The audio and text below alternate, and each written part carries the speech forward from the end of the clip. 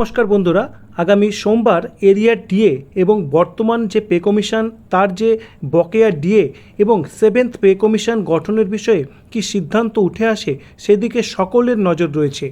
রাজ্য সরকারি কর্মচারী এবং সকল শিক্ষক শিক্ষিকা অধীর আগ্রহে সেদিকে অপেক্ষা করে রয়েছেন।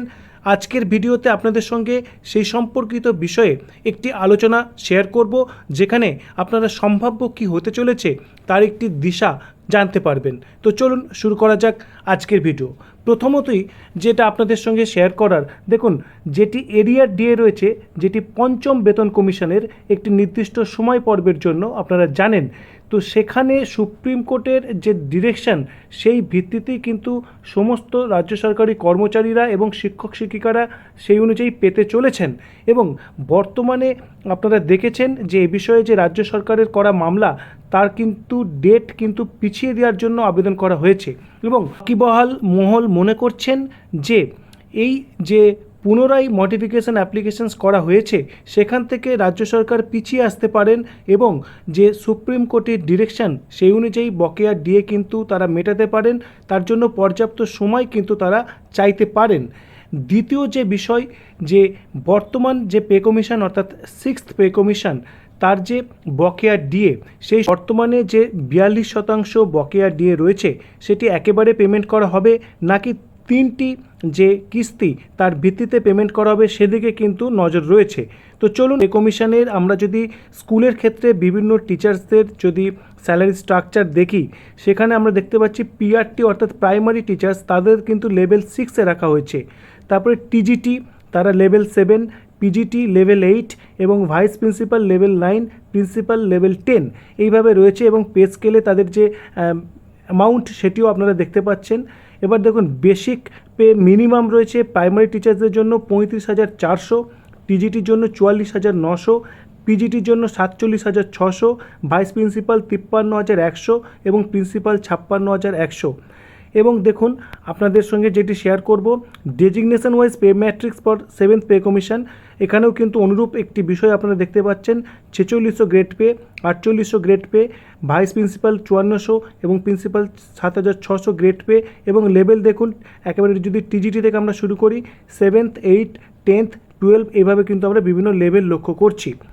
এবং এর ডিটেলস আর একটা জায়গায় যদি আমরা দেখি, দেখুন পিআরটি হচ্ছে level 6, TGT level 7, PGT level 8, vice principal level 10, principal level 12 এইভাবে কিন্তু আমরা যে এন্ট্রি লেভেলের যে বেসিক পে সেগুলোও কিন্তু আমরা লক্ষ্য করতে পারছি। এবার হচ্ছে দেখুন নিউ যে পে ম্যাট্রিক্স রিপ্লেসড হয়েছে সেভেন্থ পে কমিশনে, সেই বিষয়টি দেখুন। Seventh CPC remove the old pay band plus grade pay system and introduced pay matrix levels, this simplified salary calculations and ইনক্রিমেন্টস। প্রসঙ্গত আপনারা কিন্তু জানেন যে বর্তমানে সিক্সথ পে কমিশনেও কিন্তু আমরা এই অনুরূপ সিস্টেম লক্ষ্য করি, অর্থাৎ সেভেন্থ যে সেন্ট্রাল পে কমিশন তাকে ফলো করেই প্রায় আমাদের সিক্সথ পে কমিশন চলছে এটি বলা যেতে পারে, যেখানেও কিন্তু পে ম্যাট্রিক্স ইন্ট্রোডিউসড হয়েছে। তারপরে দেখুন ফিটমেন্ট ফ্যাক্টর কী ছিল, 2.57 এবং দেখুন একটা এক্সাম্পল দেওয়া রয়েছে, 20,000 যদি ওল্ড বেসিক থাকে তাহলে 2.57 দিয়ে মাল্টিপ্লাই করে পাওয়া যাচ্ছে 51,400। এইভাবে কিন্তু সেভেন্থ পে কমিশনের বেতন নির্ধারণ হয়েছে এবং যেটি আমাদের সিক্সথ পে কমিশনে ওয়েস্ট বেঙ্গলের ক্ষেত্রেও দেখেছি অনুরূপ কিন্তু হয়েছে। ছিল ফ্রম জানুয়ারি 2016, তারপরে কিন্তু ধাপে ধাপে বেড়ে এখন 60%-এ চলে গেছে সেন্ট্রালের যে ডিএ। এইচআরে দেখুন বিভিন্ন ক্যাটাগরির জন্য ছিল 24, 16 এবং 8% হারে। প্রমোশন বেনিফিট ছিল বিভিন্ন, সেগুলো সেভেন্থ পে কমিশনের মধ্যে রয়েছে। এবং দেখুন কেন 2.57 এসেছিলো, দেখুন এক্সিস্টিং বেসিক পেটাকে 1 ধরা হয়েছিল, ডিয়ারনেস অ্যালোয়েন্স 125%কে 1.25 ধরা হয়েছিল এবং রিয়েল স্যালারি ইনক্রিজ করা হয়েছিল 0.32। এইভাবে তিনটি যোগ করে পাওয়া গেছিলো 2.57 এবং দেখুন এইভাবে পুরো ব্যাপারটা কিন্তু হয়েছিল।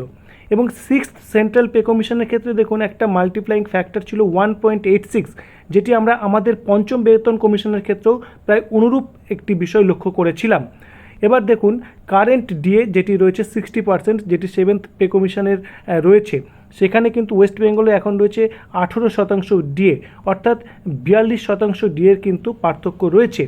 এবং এই 42% ডিএ এককালীন দেওয়া হবে নাকি কয়েকটি কিস্তিতে দেওয়া হবে সেটি কিন্তু আমরা সোমবারই আশা করছি জানতে পারবো। তার পাশাপাশি আপনাদের সঙ্গে একটি উদাহরণ শেয়ার করতে চাইব যে যদি 42% ডিএ পাওয়া যায় তাহলে দেখুন যদি কারুর স্যালারি 40,000 বেসিক পে হয় তাহলে সেক্ষেত্রে তিনি পাচ্ছেন 16,800 টাকা। অনুরূপভাবে আপনাদের বেসিক পের সঙ্গে আপনারা কিন্তু এটি মাল্টিপ্লাই করে একটি হিসাব পেতে পারেন।